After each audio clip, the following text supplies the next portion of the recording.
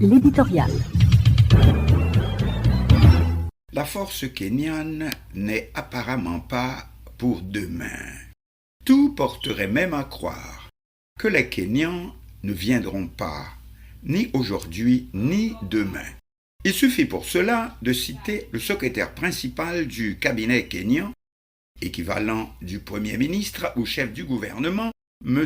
Musalia Mudavadi, dans un article du journal The Kenya Times, reproduit en français par le média haïtien RHI News.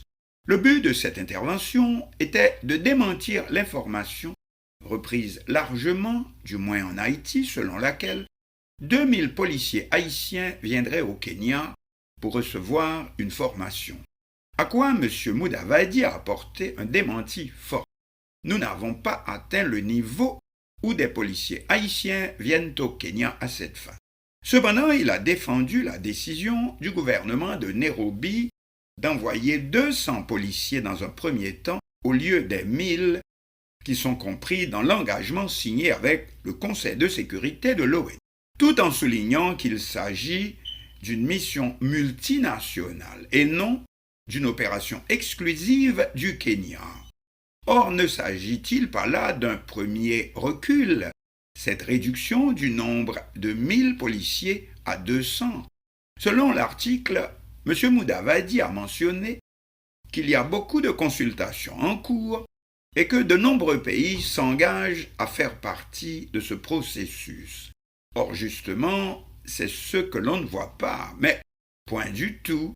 Même les avions des forces américaines venant du Southern Command qui ont arrêté leur va-et-vient, apportant des équipements pour le camp en construction non loin de la capitale haïtienne pour la prochaine force multinationale.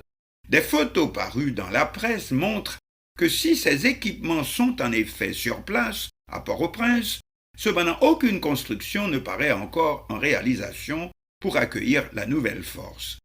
D'ailleurs, le secrétaire général du cabinet kényan semble s'adresser ainsi à ses compatriotes pour les rassurer que les officiers kenyans ne seront pas envoyés à la boucherie. Nous citons « Je demande au peuple kényan de comprendre que ce sont des experts qui sont sollicités pour aider le peuple haïtien en consultation avec l'ONU et d'autres États prêts à soutenir logistiquement et financièrement. » Le gouvernement kényan n'hésite pas à mettre en avant l'aspect financier de l'entreprise, Washington ayant, comme on sait, promis jusqu'à 300 millions de dollars. Le Kenya n'est pas un pays riche, rappelons-le, donc c'est un argument qui porte et que Nairobi n'hésite pas à utiliser pour, c'est le cas de dire, vendre le projet à son peuple. Or, en dehors du Kenya, on ne voit personne d'autre. On ne se bouscule pas, contrairement aux missions d'intervention internationale précédentes, 1994-1996, puis surtout 2004 jusqu'à 2016. Eh bien voilà, aujourd'hui, l'adresse Haïti n'a pas la cote. C'est peut-être aussi que chacun a aujourd'hui ses propres problèmes à gérer, en tête la guerre Russie-Ukraine, qui menace de s'étendre à tout le bloc européen. Il y a aussi l'assassinat des 2 jeunes missionnaires américains par les gangs, de plus dans une confusion totale. Par exemple, on ne sait pas exactement quel gang a commis ces meurtres, alors qu'il y a 2 ans, lors du kidnapping d'une dizaine de missionnaires, tous savaient que c'était là l'œuvre de Lamos Anjou.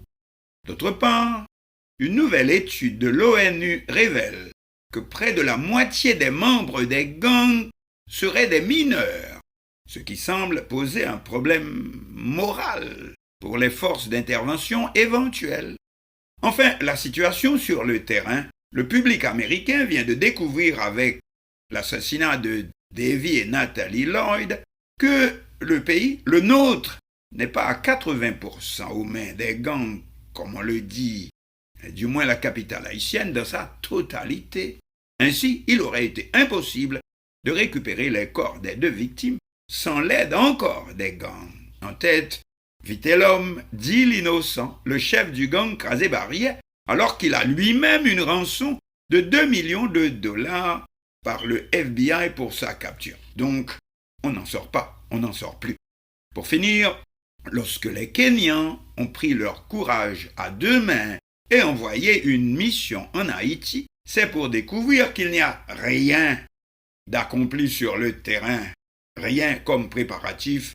La mission kenyane est donc rentrée avant l'heure et sans avoir rien pu entreprendre. Conclusion, c'est en définitif donc à nous, Haïtiens, de prendre en main nos responsabilités. Mais en attendant, le nouveau gouvernement ne se bat que pour une seule chose, découvre-t-on, le partage des postes. Le nouveau Premier ministre, Dr Gary Coney, voudrait, dit-on, réduire le nombre de fauteuils ministériels de 18 à 11. Les membres du Conseil présidentiel de transition, déjà eux-mêmes au nombre de 9, ne seraient pas d'accord. Rappelons-nous qu'ils sont en effet tous des représentants de groupes ou partis politiques. Exactement donc le genre de procédés qui nous ont conduits dans ce pétrin. Conclusion, si la délégation kenyane envoyée en Haïti n'a pas trouvé sur place les conditions devant permettre la concrétisation de la force multinationale, c'est donc que celui qui s'est engagé pour les accomplir ne les a pas faits, n'est-ce pas? Ou ne manifeste encore aucun empressement. Nous avons dit bien sûr l'Amérique de Joe Biden.